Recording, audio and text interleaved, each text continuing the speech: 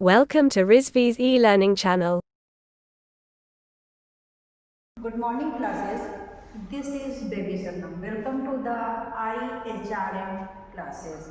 International Human Resource Management.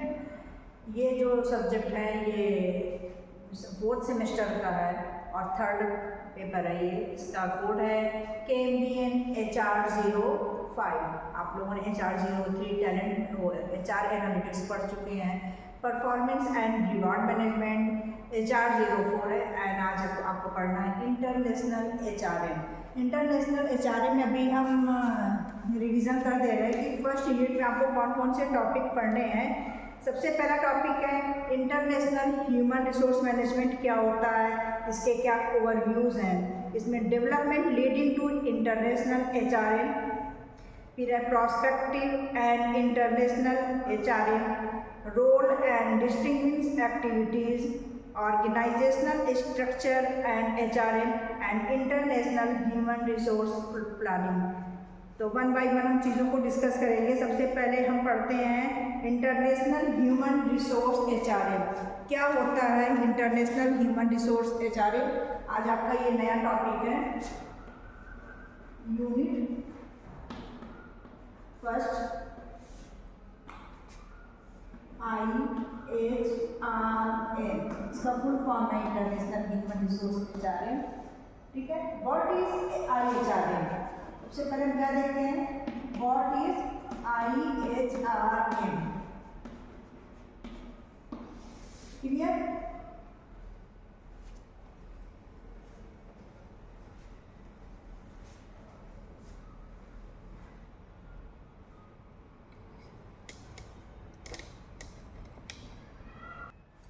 तो सबसे पहले हम समझ लेते हैं कि व्हाट इज IHRM क्या होता है, फिर उसके बाद हम डिफिनेशन लिखवाते हैं आपको कि IHRM जो होता है वो होता है कि अलग अलग देशों में काम करना, मतलब एक कंट्री से छोड़कर मतलब अदर कंट्री में, मतलब एक से ज़्यादा कंट्री में अगर हम वर्क करते हैं तो वो कहलाता है IHRM। जैसे फॉरेन, ऐसा नहीं कि एक ही कंट्री के अंदर हम वर्क कर रहे हैं।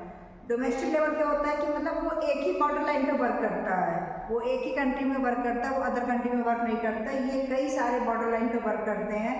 दूसरा है कि इसमें ये कह रहा है कि इसमें अलग अलग कंट्री में एम्प्लॉय को मैनेज करना, उनको रिक्रूट करना, उनको सैलरी देना, उनके रूल एंड रेगुलेशन पे वर्क करना, ये सारी चीज़ें कौन हमें सिखाता है, IHRM। तो आइए हम डिफिनेशन देखते हैं, फिर वन बाय वन चीज़ों को समझते भी हैं। ओके,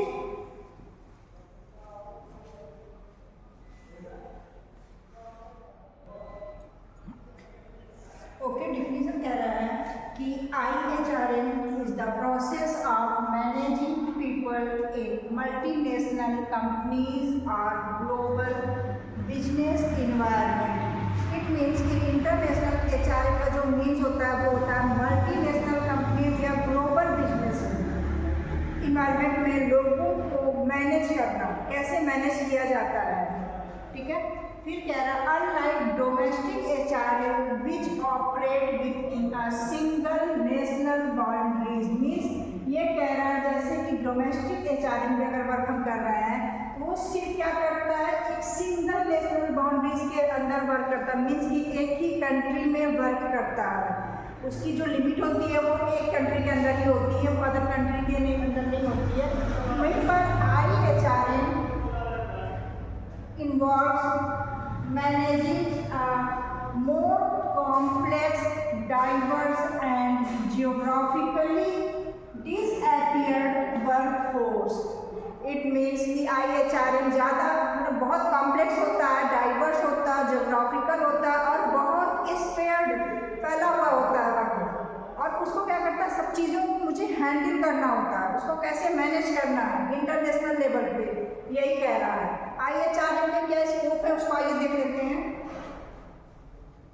ये डिफिनेशन क्लियर हो गई है कि IHRM एक ऐसा प्रोसेस होता है जहाँ पे हम लोगों को मल्टीनेशनल लेवल पे मैनेज करते हैं, ग्लोबली हम लोगों को जब मैनेज करते हैं वही कहलाता है IHRM। बट जहाँ पे HRM की बात अगर आती है वो एक डोमेस्टिक लेवल पे वर्क करता है, मतलब वो एक सिंगल बाउंड्रीज के अंदर वर्क करता है, उसकी लिमिट जो होती है वो एक ही कंट्री के अंदर होती है। बट IHRM के अंदर जो होता है वो बहुत कॉम्प्लेक्स होता है, बहुत कठिन होता है, बहुत डाइवर्स होता है, ज्योग्राफिकल होता है। और क्या करते हैं कि उसका जो वर्क फोर्स होता है, जो काम होता है, वो फैला हुआ स्प्रेड होता है, कई एक कंट्री से दूसरे कंट्री में फैला हुआ है। उन सब को हैंडल करना, मैनेज करना IHRM कहलाता है। क्लियर? स्कोप ऑफ IHRM, क्या क्या इसके स्कोप है देखते जाते हैं और समझते जाते हैं। सबसे पहले है स्टाफिंग। स्टाफिंग मीन्स होता है रिक्रूट करना लोगों को। स्कोप ऑफ IHRM, पहला स्कोप है स्टाफिंग। ठीक है, इट मीन्स यहाँ पे हम क्या कर रहे हैं कि रिक्रूट कर रहे हैं, स्टाफ को बढ़ाना है, रिक्रूट करना है, उनको सेलेक्ट करना है। और किस लेवल पे? एम्प्लॉय को इंटरनेशनल लेवल के बेस पर हमें एम्प्लॉय करना है। ठीक है, रिक्रूट करना सेक्टर में किस पर है? इंटरनेशनल लेवल, वो इंटरनेशनल लेवल पे हमें इनको डिप्लॉय करना है। सेकेंड है आपका training and development. Training and development, ये सारी चीजें जो बात हो रही है वो इंटरनेशनल लेवल पे हो रहा है। क्लियर? ये याद रखिएगा। यहाँ पे स्पेशली मतलब क्या कह रहे हैं, ट्रेनिंग मतलब क्रॉस कल्चर ट्रेनिंग दी जाती है। मीन्स कि उनको इंटरनेशनल लेवल पे उनको ट्रेनिंग दी जाती है कि उनके मतलब लैंग्वेज को, उनके बिहेवियर को, उनको मतलब उनके लॉस को, सब चीज़ों को हमें देख कर चलना होता है, मेंटेन करके चलना होता है, उनको लेके चलना होता है। जिससे कि अगर मार्केट में अगर हम वर्क करने लोगों को भेज रहे हैं, मार्केट का सर्वे करने या मार्केटिंग के लिए उनको अगर हम बाहर भेज रहे हैं, तो उनको वो सारी चीज़ें, उनकी जो स्ट्रेटजी है उनको मालूम होनी चाहिए, उनको टैक्टिक जो है उनको मालूम चाहिए कैसे हमें लोगों को कन्विंस करना है। क्लियर? कैसे मार्केट में उतरना है, किस मार्केट में हमें कैसे वर्क करना है।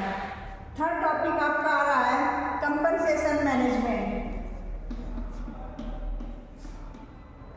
Compensation management. क्लियर? कंपनसेशन से ही पता चल रहा है कि यहाँ पे वेजेज एंड सैलरीज की बात हो रही है। यहाँ पे अलग अलग कंट्रीज में सैलरी स्ट्रक्चर को हैंडल करना, उनका सैलरी स्ट्रक्चर एकदम अलग होता होगा। इंडिया मतलब वर्सेस टू द HRM के कंपेयर में या डोमेस्टिक लेवल के कंपेयर में उनका थोड़ा सा उनको हैंडल करना, उनके क्या कंपनसेशन होते हैं, क्या लॉज होते हैं। ठीक है, यहाँ पे लास्ट इसका है एक्सपर्टियर का मैनेजमेंट। और अभी ये तीन टॉपिक को क्लियर करते हैं, फिर आगे देखते हैं। ठीक है, तो IHRM का जो लास्ट टॉपिक है वो है कि हर कंट्री के जो लेबर लॉ होते हैं या कल्चर होते हैं या नॉर्म्स होते हैं वो अलग अलग होते हैं, उन्हें हमें प्लान करना होता है, हमें स्ट्रेटजी बनानी होती है। इट मीन्स कि IHRM का एक स्ट्रेटेजिक रोल भी होता है जिसमें वो HR पॉलिसीज़ को ग्लोबल बिजनेस के लेवल पे वर्क करते हैं, पॉलिसीज़ बनाते हैं कि उनको किस गोल के साथ अलाइन करना है, क्या कल्चर वहाँ पे रखना, किस कल्चर में हमें वर्क करना है, क्या पॉलिटिकल इश्यूज आ सकते हैं, और इकोनॉमिक डिफरेंस के बीच में मतलब स्मूथली फंक्शन करना या इंश्योर करना कि हमें इस स्ट्रेटजी पे वर्क करना है। ये अलाइन करके चलना ही क्या कहलाता है? IHRM। ये टॉपिक आपका क्लियर हो गया होगा। सेकेंड टॉपिक आपका है IHRM प्रोस्पेक्टिव के डेवलपमेंट। IHRM प्रोस्पेक्टिव डेवलपमेंट, शायद सेकेंड हेडिंग आपका यही था कि developing leading to international HRM। नहीं, ये पढ़ा चुके कि आगे से डेवलप करना है आपका। फिर है आपका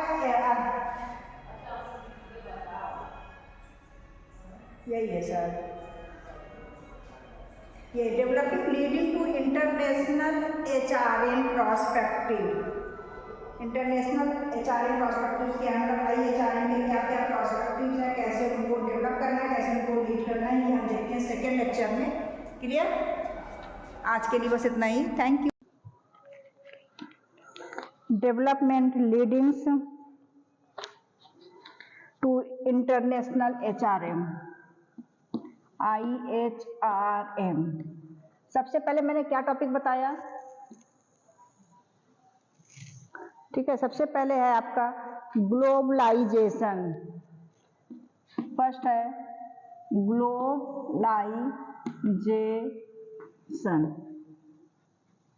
क्लियर? फर्स्ट टॉपिक आपका है ग्लोबलाइजेशन। जब कंपनियां, जो कंपनी होती हैं वो नए मार्केट को एक्सप्लोर करती हैं, मींस कि नए मार्केट में जब वर्क करती हैं, करने के लिए बॉर्डर क्रॉस करती हैं, तो एक डाइवर्स वर्कफोर्स मैनेज करने के लिए कुछ इफेक्टिव IHRM की जरूरत पड़ती है। ठीक है, जब कंपनियां एक बॉर्डर लाइन से दूसरे बॉर्डर लाइन में जब क्रॉस करती हैं वर्क करने के लिए, मार्केट को एक्सप्लोर करती हैं, तो कुछ इफेक्टिव IHRM जो है हमें क्रॉस करने पड़ते हैं, उनके ऊपर वर्क करना पड़ता है। वो सारी चीजें क्या कहलाती हैं? ग्लोबलाइजेशन। दूसरा आपका टॉपिक है MNCs। Multinational corporation. ठीक है, इट मीन्स कि इसमें MNCs जो होती है मल्टीपल कंट्रीज में काम करती हैं, जहाँ पे HR स्ट्रेटजी के अकॉर्डिंग उसको टेलर करना पड़ता है, और ऑर्गेनाइजेशन जो है वाइड कंसिस्टेंसी में भी मेंटेन करती है, मतलब एक बड़े लेवल पे भी उसको मेंटेन करके चलती हैं। क्लियर? थर्ड आपका है international manager and acquisition. International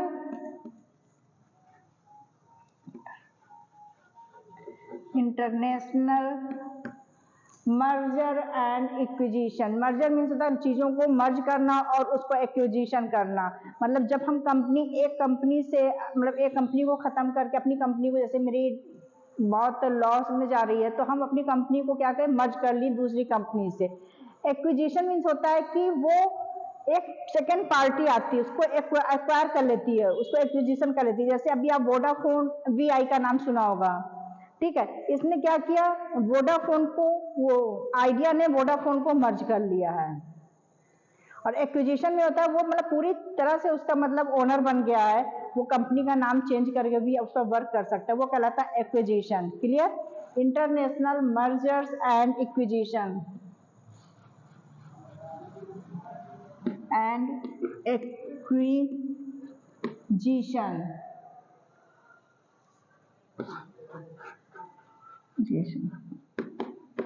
clear? ये तो क्लियर हो गया कि मर्जर एंड एक्विजिशन क्या होता है। अलग अलग देश, कंट्रीज में कंपनियां जब मर्ज होती हैं, या HR को अलग कल्चर और अलग वर्क स्टाइल में जब इंटीग्रेट करना होता है, वो कहलाती है merger and acquisition. Fourth topic है टेक्नोलॉजिकल एडवांसमेंट, जो कि अभी रिसेंटली चल ही रहा है। टेक्नोलॉजिकल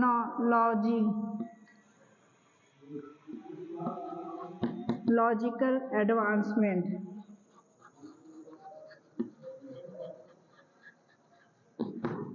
मतलब यहाँ पे अलग अलग टेक्नोलॉजी का यूज किया जा रहा है। ग्लोबली कम्युनिकेशन टूल या रिमोट इंटरनेशनल टीम को बनाने में इजी हो गया है। बहुत सारे ऐसे टूल्स आ गए हैं, बहुत सारे ऐसे मतलब रिमोट आ गए, ऐसे वर्क हो गए हैं, ऐसे टेक्नोलॉजियां का यूज हो रहा है, जिससे हम क्या कह रहे हैं, बड़े बड़े चैलेंजों को आसानी से मतलब इजिली हम उसको चैलेंज को एक्सेप्ट कर पा रहे हैं। ठीक है, लास्ट आपका है global talent shortage. Global talent shortage. Clear? यहाँ पे क्या कह रहा है? स्किल्ड वर्कफोर्स की जो डिमांड होती है वो बढ़ती जा रही है, और IHRM का जो काम होता है वो ग्लोबल लेवल पे टैलेंट को आइडेंटिफाई करता है, उनके स्किल को डेवलप करता है, उनको रिटेन करके रखता है। क्योंकि इंटरनेशनल लेवल पे अगर हम एम्प्लॉय को रिक्रूट कर रहे हैं या सिलेक्ट कर रहे हैं, अगर सही से उनके साथ उनके व्यवहार नहीं किया जाए, बिहेवियर नहीं रखा जाएगा उनके साथ, अच्छा उनको मतलब उनके अकॉर्डिंग उनको कंपनसेशन नहीं प्रोवाइड कराएंगे या उनके फैसिलिटी नहीं देंगे, तो एम्प्लॉय क्या करेंगे? छोड़ के जाएंगे। और इंटरनेशनल लेवल पे हम वर्क कर रहे हैं, तो जहाँ पे हमें एम्प्लॉय को हायर करने में बहुत सारे कॉस्ट को पे करना होता है, तो ऐसे अगर कंपनी में एम्प्लॉय छोड़ चले जाएंगे तो हमारी जो कॉस्ट कटिंग होती है वो बहुत ज्यादा हो जाएगी, और एम्प्लॉय जो है, हम कंपनी जो है लॉस में चली जाएगी। इसलिए एम्प्लॉय को मतलब उनके स्किल के अकॉर्डिंग उनको इस बार इन्फ्लुएंस करते रहना चाहिए, उनको रिटेन करके रखना चाहिए। क्लियर? ये 5 टॉपिक है आपका। ठीक है, ये तो क्लियर हो गया। इसको आप एक्सप्लेन भी कर सकते हैं, मुझे इसमें एक्सप्लेन करने की हमें नहीं लगता कि ज्यादा जरूरत पड़ेगी।